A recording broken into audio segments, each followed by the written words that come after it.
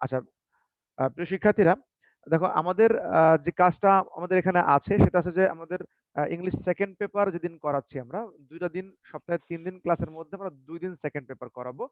আর প্রয়োজনের ভিত্তিতে আমরা কি করব, আমরা সেটা ১ দিন বাড়াতে পারি ফার্স্ট পেপার যদি প্রয়োজন হয়।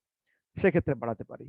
তা আমাদের যে কাজটা করা দরকার সেটা হচ্ছে যে আমাদের ১ম এই একটা প্ল্যান করা দরকার যে আসলে আমরা যে পরিমাণে গ্রামার আমাদের আছে তার মধ্যে কতগুলো তোমরা কমপ্লিট করেছো আর কতগুলো বাকি আছে সেটা দেখতে হবে। যেহেতু তোমাদের শাখায় আমি ক্লাস নিচ্ছি, তোমাদের কিন্তু কিছু ব্যাপার থাকবে যে ব্যাপারগুলো আমাদের জানাতে হবে যে স্যার আমাদের এই গ্রামারের সমস্যা আছে, এইটা করা আছে, এটা করা হয়নি, এটা ভালো করে করা হয়নি। এগুলো জানাতে হবে। কারণ তোমরা আসলে আ এখানে ফার্স্ট ইয়ারে ভর্তি হয়েছো কলেজে, কিন্তু কলেজে যে আমাদের যে প্র্যাকটিক্যাল যে ক্লাস হয়, ফিজিক্যালি যে ক্লাসগুলো হয় সেটা কিন্তু দেখার তোমাদের সুযোগ হয় নাই। মানে যার কারণে এই অনলাইনে তোমরা কি করতেছো, আমরা পড়াচ্ছি কতদূর, তোমরা কতটুকু বুঝতেছো সেটা পুরোপুরি জাস্টিফাই করা আসলে সম্ভব হয় না। তারপর আগে যে প্ল্যাটফর্ম ছিল আমাদের সেই প্ল্যাটফর্মটা ফেসবুক লাইভ ছিল। সেখানে তো যেমন এখন তোমাদের সাথে কথা বললে তোমরা রেসপন্স করছো, তাই না? কিন্তু আগে তো সেই সুযোগ ছিল না। এখন একটা সুযোগ এসছে, আমরা কোঅপারেট করি সবাই। আর কারণ পড়া তোমাদেরই। আরেকটা জিনিস যে এখন যারা সেকেন্ড ইয়ারে মানে যারা পরীক্ষার্থী আছে, তারা হয়তো মনে করছে তাদের হয়তো পরীক্ষা নাও হতে পারে। কিন্তু তোমাদের তো পরীক্ষা হবে। তাই না? এজন্য তোমাদের কিন্তু কমপ্লিট করতে হবে। আর সবচেয়ে বড় বিষয় হচ্ছে যে আমরা যখন পরীক্ষার পরে যেটা সবচেয়ে বড় যুদ্ধ, যেটাকে আমি বলি জীবন যুদ্ধ, সেই জীবন যুদ্ধে নামতে গেলে অ্যাডমিশন টেস্ট সেটা আরো বড় যুদ্ধ। তা এইচএসসি তে যদি ভালো না করা যায় আল্টিমেটলি ওখানেও তুমি ভালো করে না পড়লে ওখানের প্রিপারেশন খারাপ হয়ে যাবে। আল্টিমেটলি তোমরা পিছে যাচ্ছ। তো সেখান থেকে কিন্তু বের হতে হবে এবং দায়িত্ব কিন্তু তোমার আমার সবারই। আর লাইফ তোমার, সবার আগে তোমার দায়িত্ব। তাই না? আর আমাদের কাছ থেকে নিতে হবে পড়াটা। স্যার বুঝি নাই এই কথাটা বলতে হবে। স্যার আমাকে এটা বুঝায় দেন এটা বলতে হবে। তুমি যদি ডাক্তারের কাছে রোগ লুকাও তাহলে কিন্তু ডাক্তার সেটা কিওর করতে পারবে না। আমার তোমার এই পড়াশোনা ডাক্তারি, তাই না? তাহলে সেই রোগটা লুকানো যাবে না। তুমি না বুঝলে আমাকে প্রশ্ন করো, আমি একবারের জায়গায় ৭ বার বুঝাবো, কোনো সমস্যা নেই। কিন্তু না বুঝে যেও না। তাহলে আমরা দেখে নিই আমাদের আজকের পড়া কি থাকছে। সবার আগে তোমাদের পড়া কি থাকছে সেটা একটু দেখে নিই।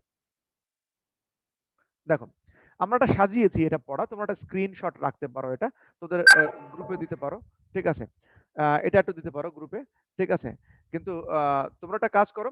তোমরা একটা স্ক্রিনশট নিয়ে নাও এটার। এই যে এই পার্টটার একটা স্ক্রিনশট নিয়ে নাও। তাতে করে আমার কি থাকবে জানো?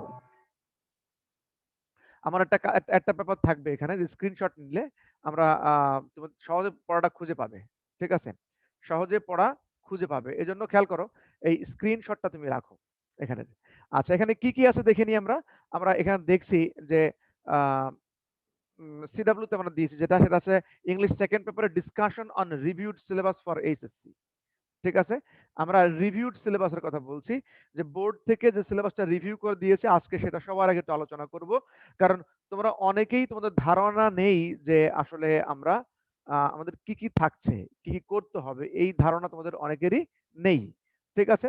এরপর আসো discussion on problems in grammar part. প্রথমটা আমরা কিন্তু আগে দেখব সিলেবাসটা কি আছে। তারপর দেখব হচ্ছে discussion on problems in grammar part. এরপরে কম্পোজিশন পার্টে কি থাকবে? Discussion of types of paragraph. আর একটা প্যারাগ্রাফ তোমাদের পড়া দিয়েছি আজকে সেটা হচ্ছে এয়ার পলিউশন। এটাকে আমরা বলছি কজ অ্যান্ড ইফেক্ট প্যারাগ্রাফ। ঠিক আছে? আচ্ছা, সেটা কেন কজ অ্যান্ড ইফেক্ট প্যারাগ্রাফ সেটা আমরা ডিসকাশনে আসবো এর পরে। তো সবার আগে যেটা আমরা করে নিই সেটা হচ্ছে আমরা তোমাদের শাখায় অনেক স্টুডেন্ট কিন্তু দেখছি আজকে এখন পর্যন্ত প্রায় ৪০ এর মতো তোমরা আসছো এখানে। তাহলে একটা খেয়াল করো এখানে। প্রথমে আমরা রিভিউড সিলেবাসটা দেখে নিই। সিলেবাসে কি আছে? এটা আমাদের স্কুলের সিলেবাস, কলেজের সিলেবাস। প্রথমে আমরা দেখে নিই, দেখো reviewed syllabus for HSC examination 2022 due to কোভিড-19 প্যান্ডামিক। ঠিক আছে? এই প্যান্ডামিকের কারণে যে সিলেবাসটা রিভিউ করছি সেটা আগে কি আছে আমরা দেখে নিই। English second paper subject code ১০৮। আচ্ছা, এরপরে আসো আমরা পরবর্তীটা খেয়াল করছি এরপরে কি আছে। দেখো এখানে অনেকগুলো পার্ট দেওয়া আছে। সেন্টেন্সের উপরে কয়টা ক্লাস থাকবে, কি সেন্টেন্স থাকছে, এখানে ওয়ার্ড ফরমেশন আছে, ফ্রেজ আছে, ক্লজ আছে।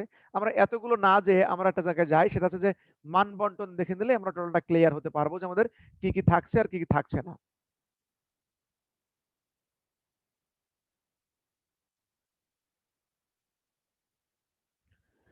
এখানে খেয়াল করো এই মান বন্টনটা জরুরি। এটা আমাদের জানা একটু জরুরি কারণ এটা হচ্ছে তোমাদের মূল ব্যাপার যেখানে কি থাকছে। দেখো পার্ট এর গ্রামারে 60 মার্ক আছে, এখানে 60 মার্ক। খেয়াল করো, 1 নম্বর আছে gap filling activities without clue for preposition. Article ছিল সেটা বাদ দিয়ে দিয়েছে, কি আসছে? প্রিপোজিশন আসছে। ঠিক আছে, আমার কথা শুনতে না পারলে, বুঝতে না পারলে আবার একটু রেসপন্স করো। ঠিক আছে, তাহলে গ্যাপ ফিলিং অ্যাক্টিভিটিতে কি থাকছে? উইদাউট ক্লুতে প্রিপোজিশন 5টা থাক 10টা থাকবে, 5 মার্ক। এরপরে gap filling activities with clue, special use of some words and phrases. এর মধ্যে কি কি দিয়েছে দেখো? Was born, have to, has to, would rather, had better, let alone, as soon as, what's it like, what does look like, introductory there or it. মানে এই যে special যে ক্লু গুলো আছে, ওয়ার্ড গুলো আছে, সেগুলো দিয়ে গ্যাপ ফিলিং করতে বলছে। ঠিক আছে, এখানেও তোমার 10টা আছে, 5 মার্ক থাকবে। Completing sentence with clause and phrases. দেখো এখানে কিন্তু নাম্বার বাড়ছে, আগে 10টা ছিল, এখন 5টা ছিল, 10টা ছিল 5 মার্ক, এখন 10টায় 10 মার্ক। তার মানে আমাকে এখানে একটু মনোযোগ বেশি দিতে হবে।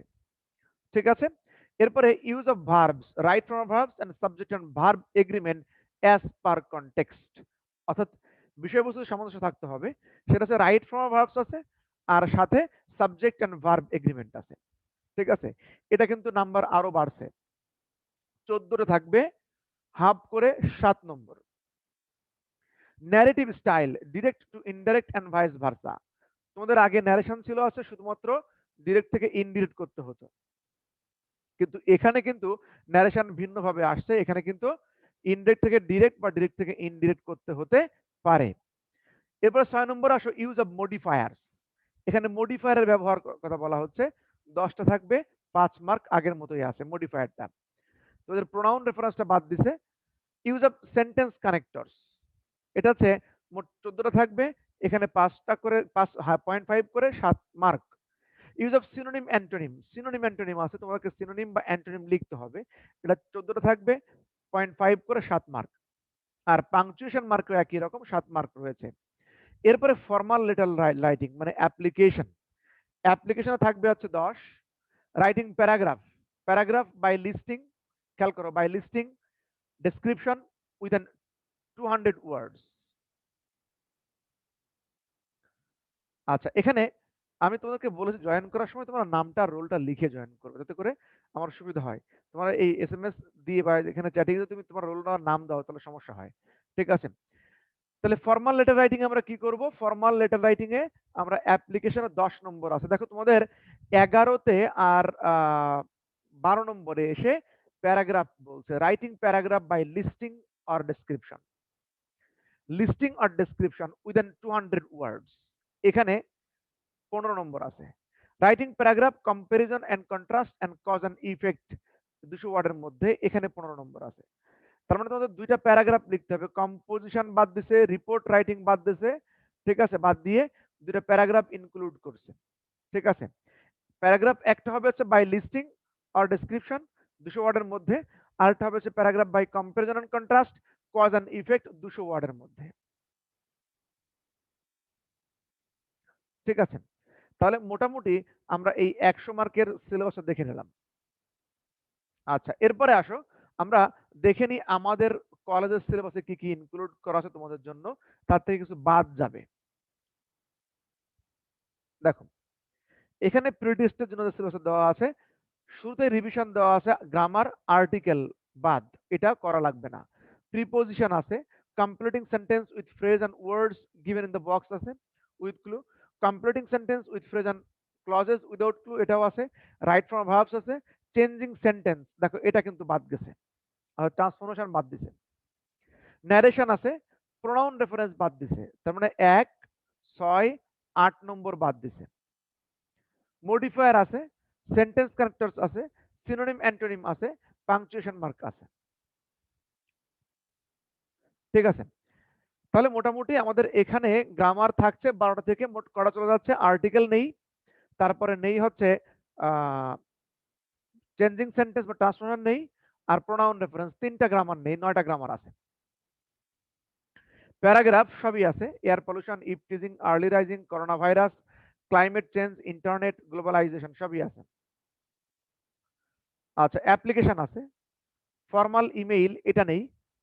ঠিক আছে, ফর্মাল ইমেইলটা এবার আসবে না। রিপোর্ট রাইটিং নেই, কম্পোজিশন নেই। তার মানে আমাদের কিন্তু এখানে বেশ কিছু রিডিং ম্যাটেরিয়ালস কমে গেছে। এখন এই কমে যাওয়ার পরে কিন্তু কি করতে হবে, কাজে লাগাতে হবে এটাকে। ঠিক আছে, অনেক বেশি পড়া নেই কিন্তু কাজে লাগাতে হবে। আচ্ছা, এবার আসো আমরা দেখে নিই আমাদের একটা মিনিট, তোমাদের দিয়েছি পড়া, সেখানে আসছি আমরা। Discussion on reviewed syllabus for HSC হয়ে গেল। Discussion on problems in grammar part, এখন তোমাদের রেসপন্স দরকার। আচ্ছা, তোমাদের রেসপন্স দরকার, সেটা হচ্ছে আমাদের যে গ্রামার গুলো দেখিয়েছি তোমাদের, এই গ্রামারের মধ্যে কোন কোনটা প্রবলেম আছে। আমরা 1 নম্বরে যাব, তোমরা জানাবে একটু কোনটা তোমাদের পড়ালে সবচেয়ে সুবিধা হয়। রেসপন্স চাচ্ছি। 1 নম্বরে আছে প্রিপোজিশন, 2 নম্বরে আছে special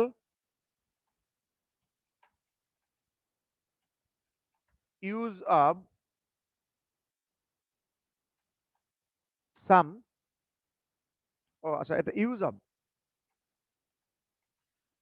of some special phrases and clause।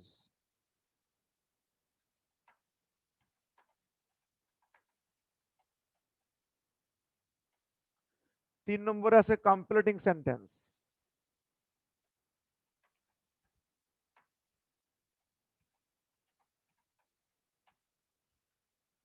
4 নম্বরে আছে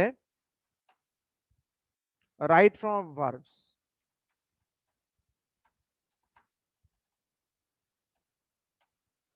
5 নম্বরে আছে ন্যারেশন।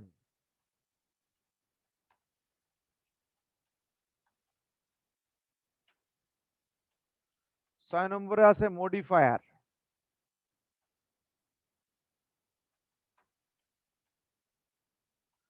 7 নম্বরে আছে সেন্টেন্স কানেক্টরস।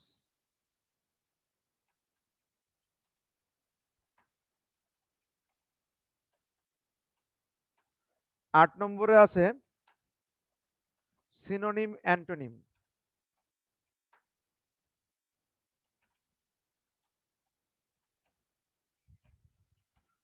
9 নম্বরে আছে পাংচুয়েশন মার্ক।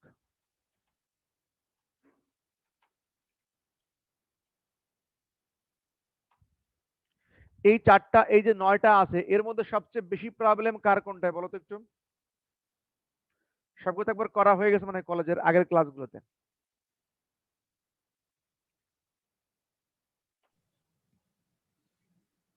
কেউ বলতে পারছো না? Sir right from of verbs এর সমস্যা। লাবণী বলেছো রাইট ফ্রম ভার্বসের সমস্যা, আর কারো জানা স্যার তোমার? মডিফায়ার্স সেন্টেন্স কানেক্টরস কমপ্লিট হয় নাই। সেন্টেন্স কানেক্টরস কমপ্লিট হয় নাই, তাহলে আমি ধরে নিচ্ছি, আমি একটু আন্ডারলাইন করে নিই কোন কোনগুলো রাইট ফ্রম ভার্বস আসছে। সরি, রাইট ফ্রম ভার্বস, তারপরে মডিফায়ার, তারপরে সেন্টেন্স কানেক্টর, আর কিছু দেখি কেউ কিছু লিখেছো কিনা আবার। আমি 3টা পেয়েছি, প্রথমে আসছে রাইট ফ্রম ভার্বস, তারপরে মডিফায়ার, তারপরে সেন্টেন্স কানেক্টরস। তাহলে আমরা শুরু করতে পারি একটা একটা করে, যেহেতু ক্লাস সবই নিতে হবে আমরা সিরিয়ালে যেতে পারি। এই 3টা আসছে, আর কারো কিছু সমস্যা থাকলে বলতে পারো। তোমরা সিনোনিম অ্যান্টোনিম করছো? Narration sir. Narration, synonym antonym আরেকবার আচ্ছা। সিনোনিম অ্যান্টোনিম ব্যাপারটা বলছো, সিনোনিম অ্যান্টোনিমের কথা বলে রাখি আগেই। সিনোনিম অ্যান্টোনিম কিন্তু বেসিক্যালি কোনো মানে রুলস এর মধ্যে পড়ে না। তোমাদেরকে এটা কি করতে হয়, তোমাদেরকে এই সিনোনিম অ্যান্টোনিম গুলো আসলে প্র্যাকটিস করতে হয়। এখন তুমি কি বলবা, মুখস্থ করবা? মুখস্থ না, এটা হচ্ছে কি করতে হবে, এটা যেহেতু মুখস্থ করলে হয় না, সিনোনিম অ্যান্টোনিম মুখস্থ করলে কিন্তু সবসময় কমপ্লিট হয় না। সিনোনিম অ্যান্টোনিম কি করতে হয়, তোমাদেরকে প্র্যাকটিসটা এভাবে করতে হবে, সেন্টেন্স ওয়াইজ প্র্যাকটিস করতে হবে। মনে করো কেন মুখস্থ করতে হবে, আমি তোমাদেরকে একটা যদি সিস্টেম দেখাই যে আসলে এটা এভাবে আসে। দেখো, আমি যদি একটা উদাহরণ দিই, this place is rich in garbage, এখানে এই রিচের নিচে আন্ডারলাইন করা আছে, ঠিক আছে, রিচের নিচে আন্ডারলাইন করা আছে। এখানে বলা হলো এ নাম্বার দিয়ে বললো রিচ, কি করতে হবে, সিনোনিম লিখতে হবে, সিনোনিম। আচ্ছা সিনোনিম, অ্যান্টোনিম করতে হবে, অ্যান্টোনিম, বিপরীত শব্দ লিখতে হবে। তাহলে এখানে অ্যান্সারটা কি আসবে? Poor. আচ্ছা, ও কিন্তু রিচের জায়গায় কি বলেছে, পোর, পোর ইন গার্বেজ। দেখো তো এটা হয় কিনা, this place is poor in garbage, এটা হয়? হ্যাঁ, আমরা জানি যে রিচের বিপরীত শব্দ পোর হয়, কিন্তু আমাদেরকে সেন্টেন্সে কাজে লাগাতে হবে, এইখানের অনুযায়ী আনতে হবে, ঠিক আছে। মানে এই জায়গাটা যদি আমি বলি this place is rich in garbage, এই রিচ অর্থ কি, পরিপূর্ণ, মানে এই জায়গাটি আবর্জনায় পরিপূর্ণ। তাহলে এখানে আমরা এর অর্থ কি লিখতে পারি, বিপরীত শব্দ কি লিখতে পারি? দেখো এর বিপরীত শব্দ আসবে হচ্ছে এমটি। এখন তুমি যদি প্র্যাকটিস করে মনে করো যে তুমি ভাবলে যে রিচ, আমি পড়ছি মুখস্থ করছি, রিচ পোর, রিচ পোর, তাই না, তারপরে ডে নাইট, ডে নাইট, এরকম করে মুখস্থ করছো, তাহলে মুখস্থ বিদ্যা যদি দিয়ে দাও এখানে, তাহলে কিন্তু ভুল হয়ে গেছে, নাম্বার তোমার 0 হয়ে গেছে। এই জন্য কি করতে হবে জানো, প্যাসেজ ওয়াইজ ধরে ধরে প্র্যাকটিস করতে হবে। আর একটা বিষয় বিশ্বাস রাখো তোমরা, সেটা হচ্ছে ইংরেজির ব্যাপারটা এরকম যে ইংরেজিতে আমরা যদি কখনো দেখি যে নাম্বার, মানে আমরা অনেকেই খেয়াল করি যে ইংরেজিতে অনেকে দুর্বল, বলছে আর নাম্বার তো পায় না, নাম্বার আসে না, নাম্বার আসে তোমার সাহস নেই, তুমি যদি লিখতে পারো না তোমার সাহস নেই। আচ্ছা একটা মিনিট, হ্যাঁ, আমার চার্জারটা একটু খুলে চলে আসছে, এটা একটু সেট করে নেই।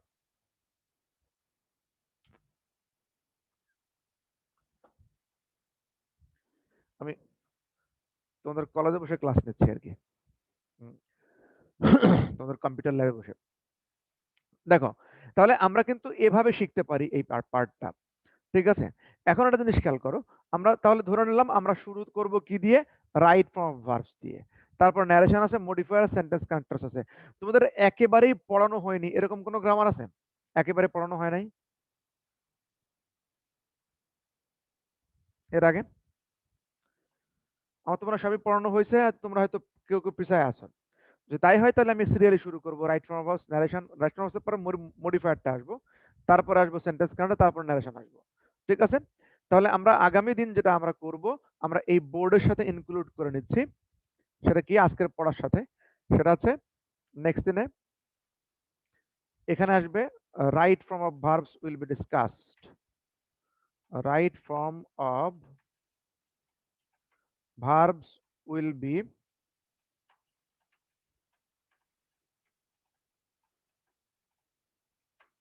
ডিসকাসড, ঠিক আছে। তাহলে আমরা মোটামুটি একটা জায়গায় নিশ্চিত হলাম যে আমরা একটা গ্রামার পেয়েছি, রাইট ফর্ম অফ ভার্বস। এবার আসো আমাদের যে এখনকার যে আলোচনা, সেটা হচ্ছে আমরা যে আলোচনাটা করব সেটা হচ্ছে প্যারাগ্রাফ। তোমরা দেখতে পেয়েছো যে আমাদের এই জায়গাতে, ঠিক আছে, আমাদের এইখানে যে রিভিউ সিলেবাস দিয়েছে, এই রিভিউ সিলেবাসে আমাদের প্যারাগ্রাফ দুইটা দিয়েছে, দেখো খেয়াল করে দেখো। একটা বলছে এই যে 11 নম্বরের এখানে খেয়াল করো, এই যে writing paragraph by listing and description. Listing paragraph কেমন, ডেসক্রিপশন কেমন, এটা কি ধরনের প্যারাগ্রাফ। 12 নম্বর এসে বলছে writing paragraph, comparison and contrast, cause and effect, ঠিক আছে, দুইটা। তার মধ্যে 4টা অপশন আসছে, ঠিক আছে, কি কি আমরা একটু লিখে নিই।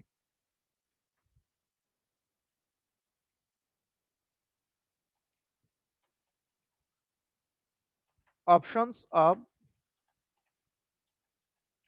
Paragraph writing. 1, paragraph by listing.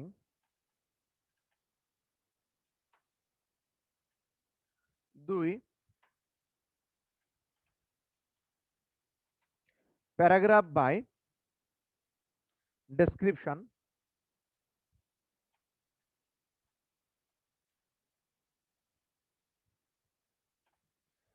3 নম্বরে আসছে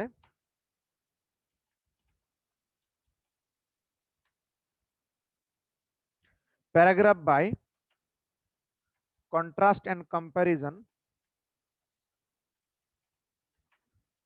comparison 4 নম্বরে আসছে paragraph by cause and effect।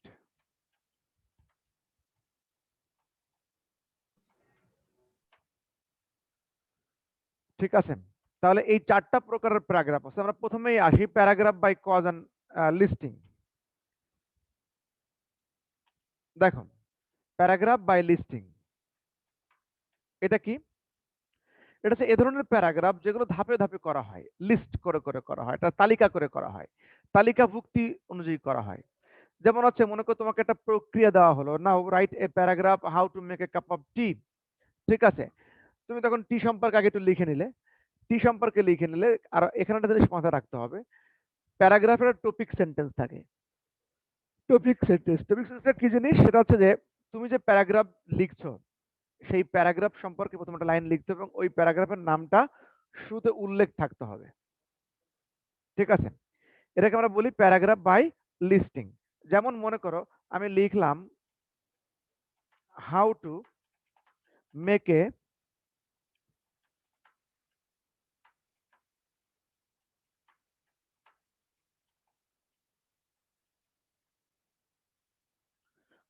A good result.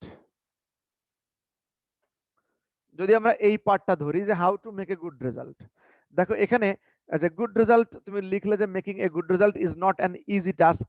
ঠিক আছে, it needs determination and hard work. ঠিক আছে, এরপরে তুমি লেখা শুরু করলে ফার্স্ট অফ অল তোমাকে কি করতে হবে, second of all, third of all, এরকম করে লিখতে হবে। লিখে তারপর তোমাকে এই লিস্টিং প্যারাগ্রাফ তৈরি করতে হবে। ঠিক আছে, এরপর আসো প্যারাগ্রাফ বাই ডেসক্রিপশন। ডেসক্রিপশন কোনগুলো? ডেসক্রিপটিভ। আচ্ছা, এটা হচ্ছে এই যে এটা হচ্ছে আমি হাউ টু তে বুঝালাম, আর এটা পরটা আছে প্যারাগ্রাফ বাই ডেসক্রিপশন।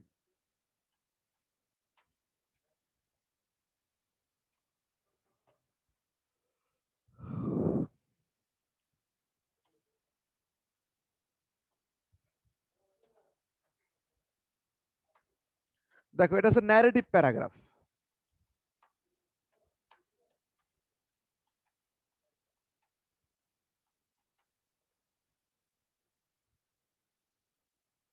এটা ন্যারেটিভ প্যারাগ্রাফ বলছি, এখানে খেয়াল করো সেটা কি? বর্ণনামূলক। কি আসতে পারে? যেমন কি আসতে পারে, আচ্ছা এখানে একটু এক্সাম্পল দিয়ে দিই।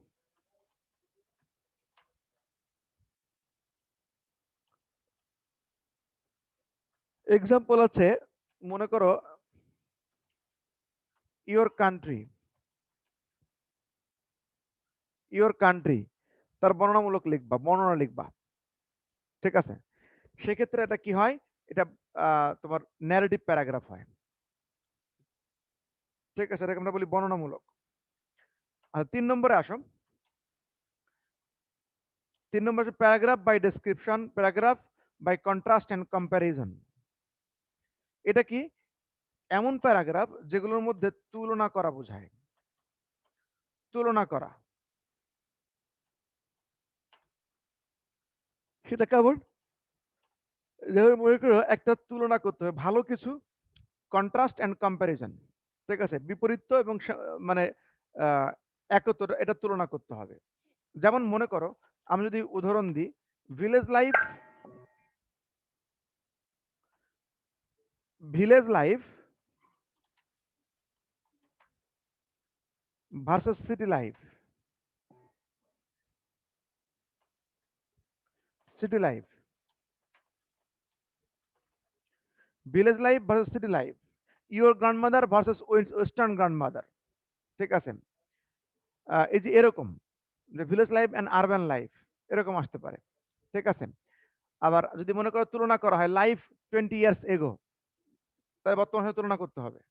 ঠিক আছে, তো এই যে এরকম করে তুমি করতে পারো এই প্যারাগ্রাফ কন্ট্রাস্ট এন্ড কম্প্যারিজনের। কজ এন্ড ইফেক্ট, আমরা লাস্টে যেটা আসছি সেটা হচ্ছে কজ এন্ড ইফেক্ট প্যারাগ্রাফ।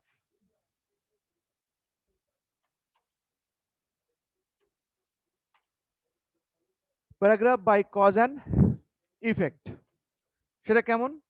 মনে করো কারণ দর্শানো এবং এর কারণ এবং ফলাফল। যত ধরনের প্রবলেম আছে, ন্যাশনাল ক্রাইসিস আছে, সেগুলোর আমরা এটা লিখতে পারি। ওয়াটার পলিউশন, এয়ার পলিউশন, তারপরে মনে করো আজকে যেটা দিচ্ছি এয়ার পলিউশন, সেটাও আসতে পারে এখানে। তারপরে মনে করো যদি আমরা চিন্তা করি যে আমাদের আরো আরো কিছু নিয়ম কানুন আছে যেগুলো আহ, যেমন এই যে বর্তমান কোভিড-19, এটাও কজ অ্যান্ড ইফেক্ট প্রোগ্রাম। কি কারণে কোভিড হচ্ছে, এর প্রতিকার কি, এর লক্ষণ কি, সবই কিন্তু এর মধ্যে আসতেছে। সবচেয়ে বেশি হচ্ছে দুইটা প্যারাগ্রাফ আছে, সেটা হচ্ছে যে ওই ন্যারেটিভ প্যারাগ্রাফ আর কম্পারেটিভ কি বলে এটাকে, কজ অ্যান্ড ইফেক্ট প্যারাগ্রাফ। যেমন এখানে যেমন আসতে পারে, আমি এটা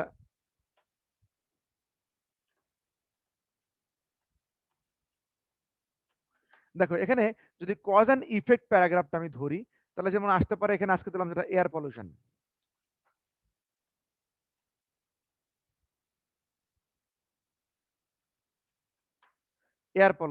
তারপর আসতে পারে ওয়াটার পলিউশন,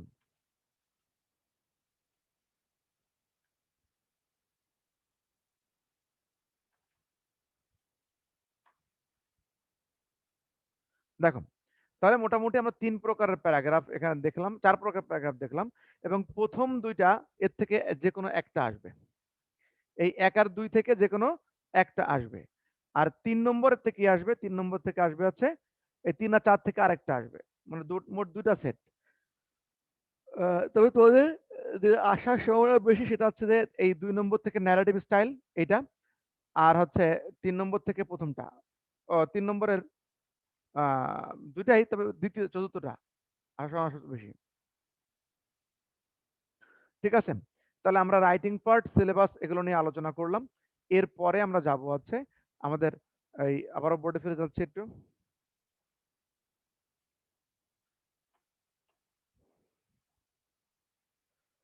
আচ্ছা, আমরা জানতে পারলাম না আর কারো কোনো সমস্যা আছে কিনা গ্রামারে, থাকলে এখনো বলতে পারো।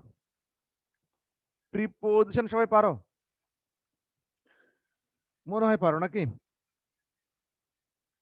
দেখি একটু করে দিই, সবাই খাতা কলম নাও তো একটু, আমাদের একটু সময় আছে, আমরা কয়েকটা প্রিপোজিশন করি। হ্যাঁ,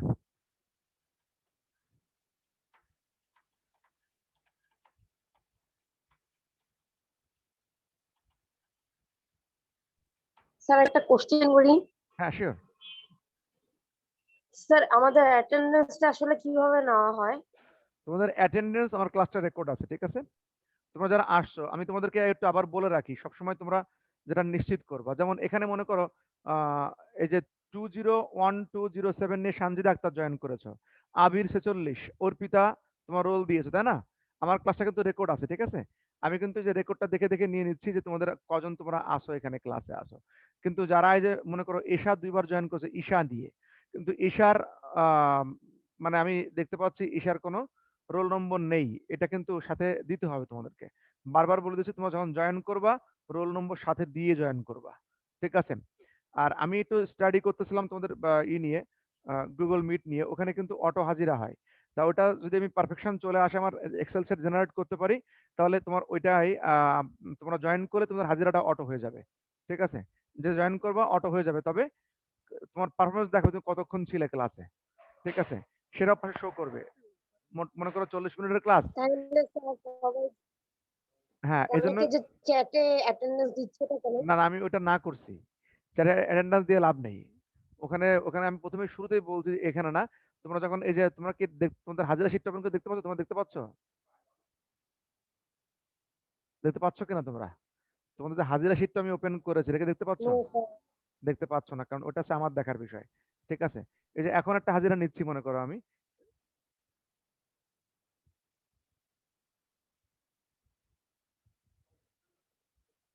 ফারজানা জুথি পর্যন্ত নিলাম, তারপরে একটু ওয়েট করো, জুয়াইরা জাফর, এই পরিচিত মনে হয়। স্যার আমরা কি হাজিরা চ্যাটেই দিব? না, না, সেটা দেওয়া লাগবে না। এই যে আমরা হাজিরা নিয়ে নিই, মনে করো 3বার, মোটামুটি আমার হাজিরাটা 3বার নেওয়া হয়,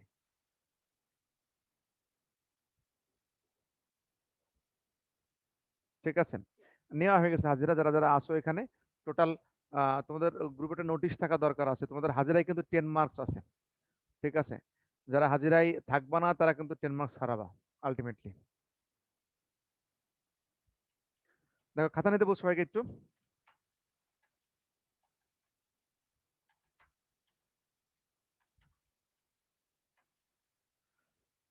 সবাই খাতা নাও দ্রুত, নিয়ে এটা একটু লেখো।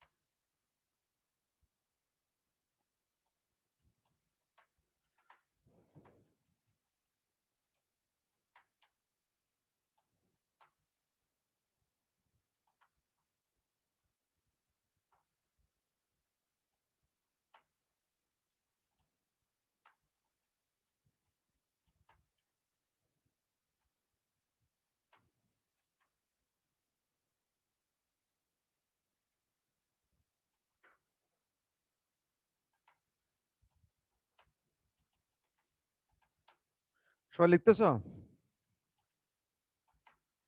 জি স্যার। আচ্ছা 6টা দিলাম আগে, আজকে মোট 6টা দিলাম, 2টা ফরম্যাট থেকে মোট 6টা দিয়েছি। ঠিক আছে, তাহলে আমরা এই 6টা একটু দেখি।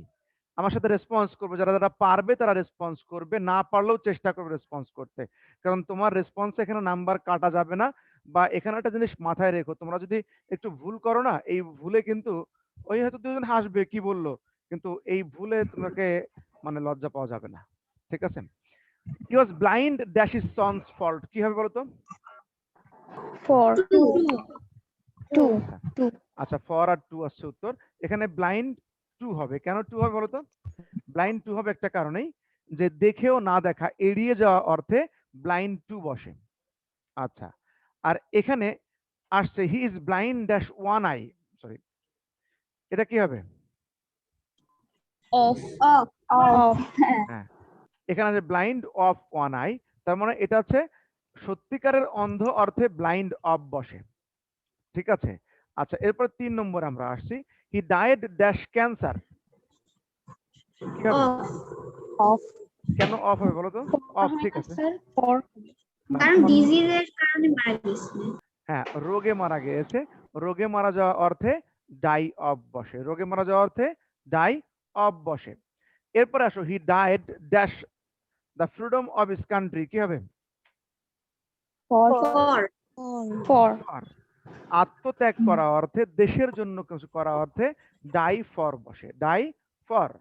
আচ্ছা, he die dash over eating, from from আচ্ছা ফ্রম, ঠিক আছে, হি ডাইড ফ্রম, কোনো কিছু হতে বা থেকে মারা যাওয়া অর্থে ডাই ফ্রম বসে, সে অতিরিক্ত খেয়ে মারা গেছে। ঠিক আছে, এরপরে আসো, আমি এটা বাই হবে বাই ডাইড, হ্যাঁ বাই রোড অ্যাক্সিডেন্ট। শোনো, এই যে এরকম ইউনিট আছে, অনেক ইউনিট আছে। ঠিক আছে, তা আমরা যদি মনে করো আমরা এরকম একটা ধরি, দেখো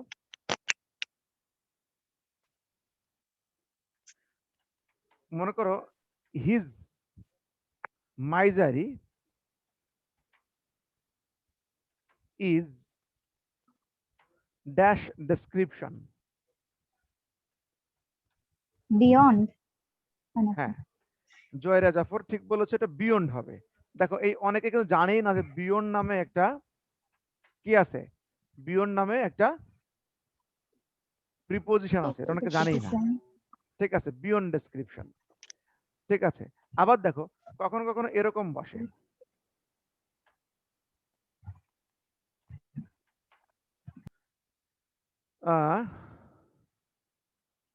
we consider him dash a great poet. as আচ্ছা অ্যাজটা কি প্রিপোজিশন?